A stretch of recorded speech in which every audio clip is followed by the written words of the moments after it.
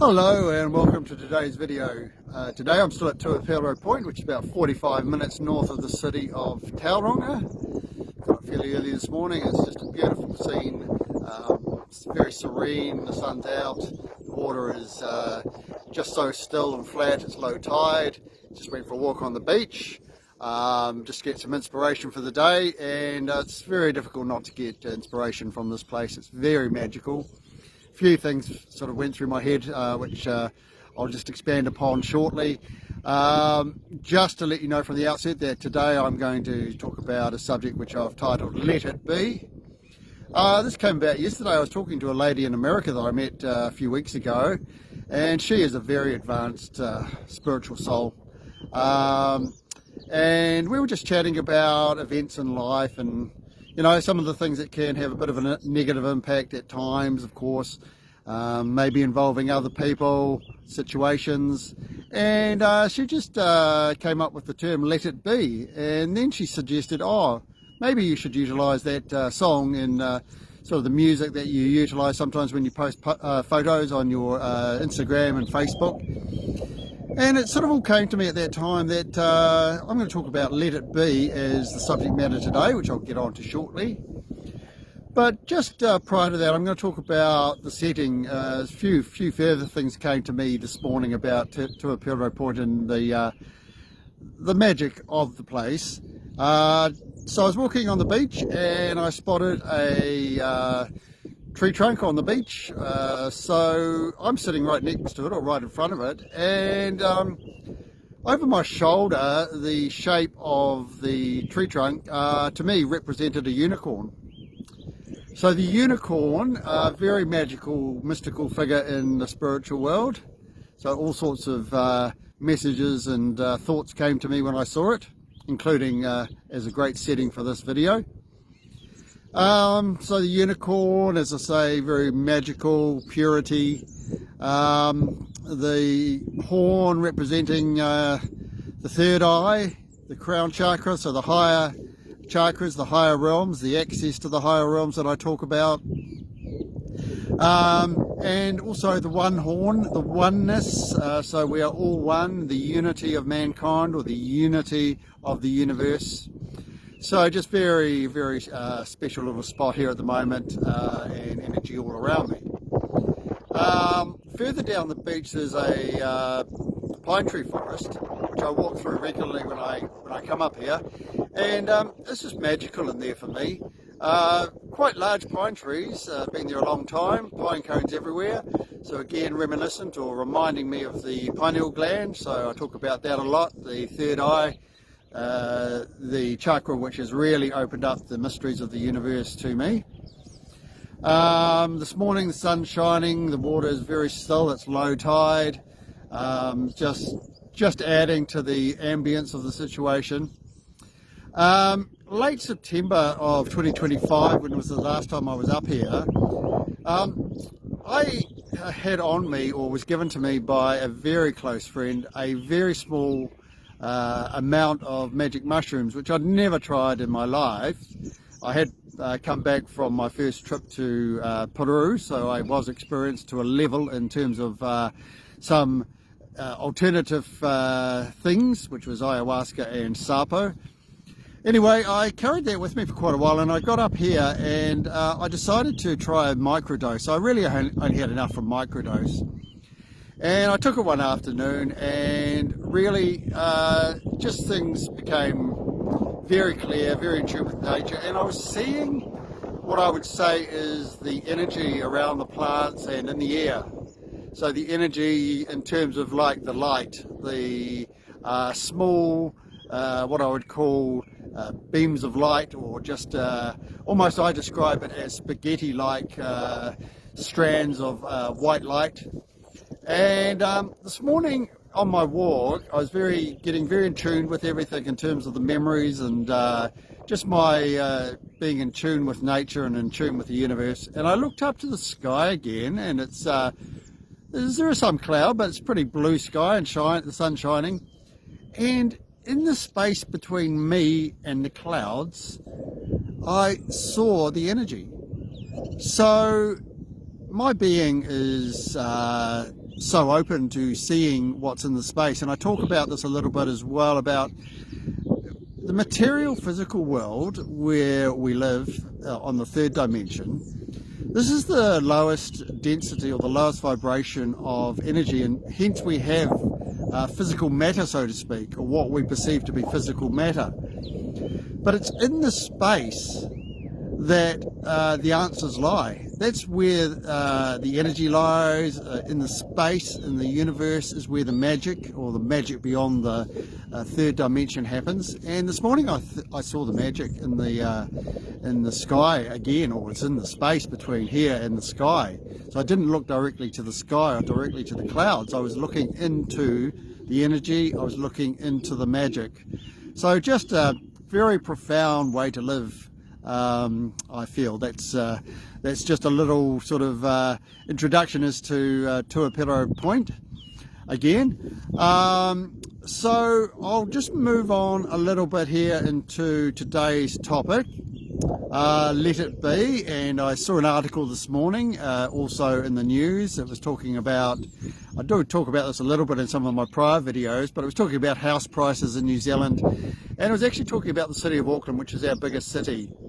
And it was just focusing on a couple. They were actually in their early 60s, and back in 2021 they had purchased a property in a suburb which is quite a way out of the city, but it's still part of the city, and not the most expensive, but long story short, they'd bought at the peak of the market. And what had happened was interest rates had gone up, and their mortgage payments had gone up.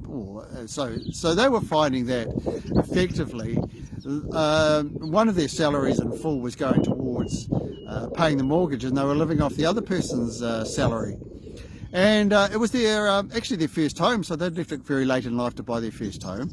Anyway, what had happened was that they had become so stressed. They were just under this absolute stress. And I'm talking again about the reasons they bought it. Again, it was because everyone was sort of getting into houses at that time and the fear of missing out. Anyway, they took a loss on the property to get out. It was just too much worry. And what they then went ahead and did was, I think the loss was about $60,000, which was quite substantial for people at that stage in their life. And what they decided to do was to buy a house bus and get on the road. So very similar to what I do. And subsequent to that, they've swapped that out for a motorhome. And they just talk about how much less stress they have in their lives. So getting into today's subject of Let It Be, and sort of trying to relate that into me, the first thing, Let It Be, song by the Beatles, Paul McCartney in particular wrote it, and the song came to him in a dream, and the dream was about his mother, and her name was Mary McCartney. She was deceased, and it was at a time when his life was particularly stressful. And she came through with the messages of letting it be. So letting things happen. Don't be so attached to things that they cause you the worry. And the worry in itself is not going to change things. So, relate that into my life. I was always a worrier. It was always in my head. And I just wanted to sort of mention right at the moment, just as I think about it, I dressed again appropriately for this video. I've got a blue shirt on, and the light blue is a soothing kind of colour for a lot of people, and for me, it's of the shirt. I've got my changed out my pendant to the one that represents the moon and the sun, so the night and the day, the light and the dark. After the dark comes the light. And a green buff, which is the heart. So living from the heart, not living from the head. So in my head was the worry. I would dwell on things for days upon days, weeks upon weeks.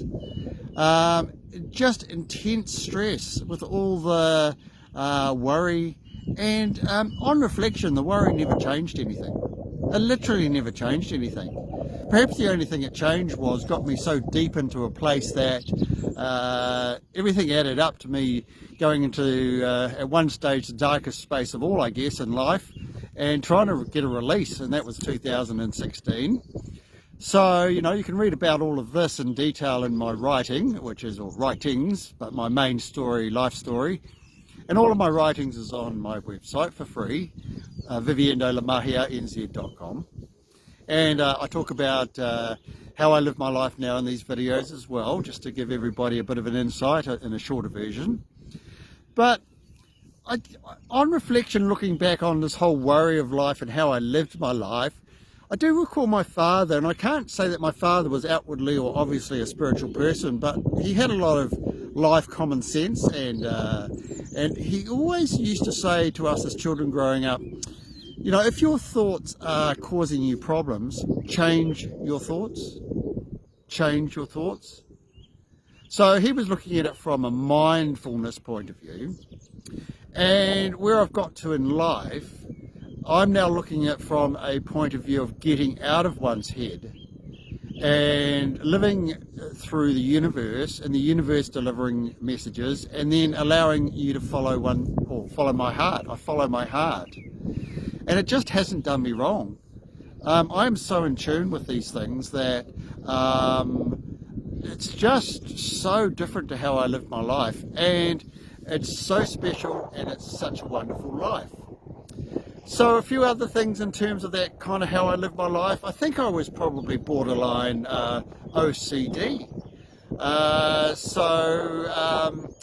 Sort of like obsessive to a level. I remember back when I was working, I came back from Australia and I got a job working for the Bank of New Zealand, and I stayed there for 9 years. And I remember at one stage they did a sort of a staff did a survey on each other, which kind of is not really highly recommended, but one of the comments that came back to me was that I was kind of obsessive compulsive disorder perhaps. So I was so obsessed with certain things in the workplace that I couldn't let them go. Almost couldn't let them go until I got some kind of resolution out of them. But I was putting so much energy into things that on reflection was just so minor, and I was draining my energy, which I talk about a lot. You know, those were not happy days of work. They were relatively stressful days of work. So not only was I sort of working in an environment that on reflection wasn't particularly exciting or anything, I was working in a place which was bringing me stress. And the only reason I was bringing myself stress was because of the way I was thinking about things. So the way I live my life now and what I do is to try and get out of my head. So this evening I'm driving to the city of Auckland. That's about 2 hours away. And tonight I'm going to another G.U.R.U meditation. And in those meditations, it's to do with the chant, so the call and respond of mantras. And mantras is made up of 2 words, man, the mind, and tra for transcendence. So to transcend one's mind. This is what one uses mantras for. And as I've talked about in my writings and even in a video a couple of days ago, this is where I first transcended in those G.U.R.U meditations. So applying that to my life, just utilization of meditation and mantras and getting out of my head, it's really so recommended, and it's led to me getting to a place where I no longer have any worries, because I can't have worries because I'm not in my head. So talking about mantras, let it be is a mantra. So let it be is just to let things go. Whatever people do or say, or how it theoretically impacts you, just let it go, let it be. The universe will guide you into on your path away from things, away from the stresses. That's what it's done for me, and it only happened when I started to let it be. No longer hold on to people, no longer hold on to situations, and that can be quite hard to let go of. I mean, it's not an easy process to let go of your past, but I've talked about the need to let go of your past, the death of the ego, the death of all of your conditioning, the death or the cutting of the ties that bind. So I'll sum it up there in the sense that the message today is to just let life evolve as it should, from a position of higher consciousness, if you can get there. That is my experience. I got there. It's highly recommended. And just the words, I guess, I'll sum up of the song. It's just it's so clear. To me, he talks about in there, in my hour of darkness, Mother Mary comes to me. That's really saying that the universe will come to you. He talks about the night and the day, and he wakes up to the sound of music. Mother Mary comes to me speaking words of wisdom. It's all available. And I will leave today's video at that. I just highly recommend again to people to delve deeper into life. There's certainly more to life than meets the surface. As I say, the log of wood behind me, for me, is not a log of wood. And there's other logs of wood around here that I look into on my walks, which hold the head of dragons, mythical beasts, everything. So I see below the surface, and once I see below the surface, it brings up all of the magic and the messaging that exists. And when I looked up to the sky today, it reminded me of the magic of the universe. So thank you very much for listening to me today. I'll carry on my travels, make some more videos, and in the meantime I ask that you enjoy the journey. We will meet when we should, and as always, namaste.